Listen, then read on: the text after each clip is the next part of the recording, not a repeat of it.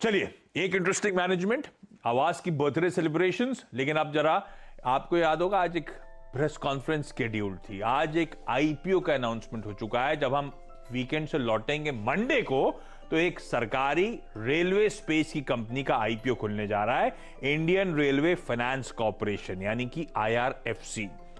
इस कंपनी के चेयरमैन और मैनेजिंग डायरेक्टर। दोस्तों, यदि आप लोग बाजार में ट्रेडिंग या निवेश करते हैं और अभी भी ब्रोकरेज के नाम पर अपनी हजारों रुपए बर्बाद कर रहे हैं तो अब बदलिए और देश के सबसे अच्छे, बड़े और सबसे भरोसेमंद ब्रोकर जिरोधा के साथ जुड़िए, जहां पर आपका ब्रोकरेज कुछ भी नहीं लगेगा। ब्रोकरेज लगेगा तो सिर्फ इंट्राडे ट्रेड में, वह भी सिर्फ 20 रुपए। तो दोस्तों, अकाउंट ओपनिंग की लिंक डिस्क्रिप्शन में है, जाइए और लिंक पर क्लिक करके जिरोधा में अपना अकाउंट। अमिताभ बनर्जी साहब आप लोग को आपकी स्क्रीन पर नजर आएंगे। बनर्जी सर, बहुत बहुत धन्यवाद हमारे साथ आज जुड़ने के लिए, हमसे इस आईपीओ के बारे में बातचीत करने के लिए। अच्छा, आईपीओ की डिटेल्स आप लोगों की स्क्रीन्स पर आ जाएंगी।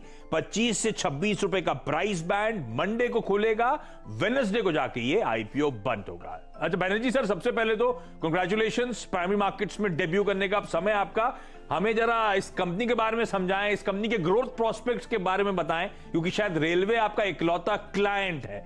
और किस तरह के करंट एयूएम्स हैं सर? देखिए, हमारा जो है, we are an NBFC, yes, non banking finance company. We are non deposit taking systemically important NBFC under the aegis of RBI हम लोग काम करते हैं। और हमारा जो हमें जिसके लिए हमें बनाया गया था in 1986 by minister of railways, इस उपक्रम को, कि क्योंकि minister of railways directly market में जाके फंड नहीं उठा सकती है as per allocation of business rules of government of India. केवल वित्त मंत्रालय ही सिर्फ डायरेक्टली लोन्स उठा सकती है या पैसा रेज कर सकती है मार्केट से। बाकी किसी मिनिस्ट्री का अधिकार नहीं है कि डायरेक्टली वो करें। तो इसीलिए इस उपक्रम को बनाया गया था कि हम लोग फाइनेंस करेंगे जितने भी इंफ्रास्ट्रक्चर प्रोजेक्ट्स है रेलवे के, including acquisition of rolling stock, मतलब ट्रेन सेट्स हैं, फ्रेट वैगन्स हैं, पैसेंजर कोचेस हैं, लोकोमोटिव्स हैं, ट्रैक मशीन्स हैं। तो ये सब जो इतने भारी लागत वाले जो एक्सपेंडिचर होते हैं, कैपेक्स रिक्वायरमेंट्स होते हैं इंडियन रेलवेज के, उसको एक तो उनके लिए बजटरी सपोर्ट एलोकेट किया जाता है हर साल गवर्नमेंट ऑफ इंडिया के द्वारा, और जो बाकी जो बच जाता है, जो गैप फंडिंग होती है, वो हम लोग करते हैं। इंडियन रेलवेज का फाइनेंस आर्म है, ये फाइनेंशियल रिसोर्सेज रेज करता है इंडियन रेलवेज की एक्सपेंशन के लिए और इंडियन रेलवेज की जो रनिंग है उसके लिए। तो कैपिटल मार्केट्स के थ्रू बाकी अन्य जगहों से बोरोइंग्स करना, ये इस कंपनी का काम है। अमिताभ बनर्जी साहब, एवरेज नेट इंटरेस्ट मार्जिन किस तरह के कमांड करते हैं, क्या कॉस्ट ऑफ फंडिंग है आप लोगों की? देखिए, ऐसा है, हमारा क्योंकि ये रिस्क फ्री मॉडल है, क्योंकि सारा जो हमारा जो लीज रिसीवेबल है वो यूनियन बजट के अंदर निहित रहता है। और एक बार पार्लियामेंट ने उसको पास कर दिया तो उसके बाद वो पैसा हमारे पास ही आता है। तो हमारा कोई रिस्क फैक्टर नहीं है कि कोई एनपीए हो या कुछ ऐसा हो, उस प्रकार की कोई रिस्क फैक्टर हमारे पास होती नहीं है।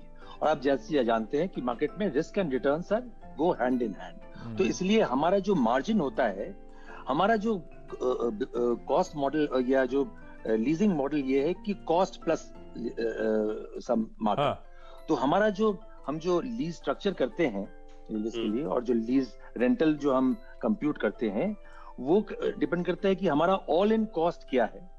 All in cost of while funding the money as well as lending it to minister of railways, जो भी कॉस्ट होता है, हम ईसीबी से भी हम पैसा उठाते हैं, तो उसका जो हेजिंग कॉस्ट है वो भी pass through to government of India है।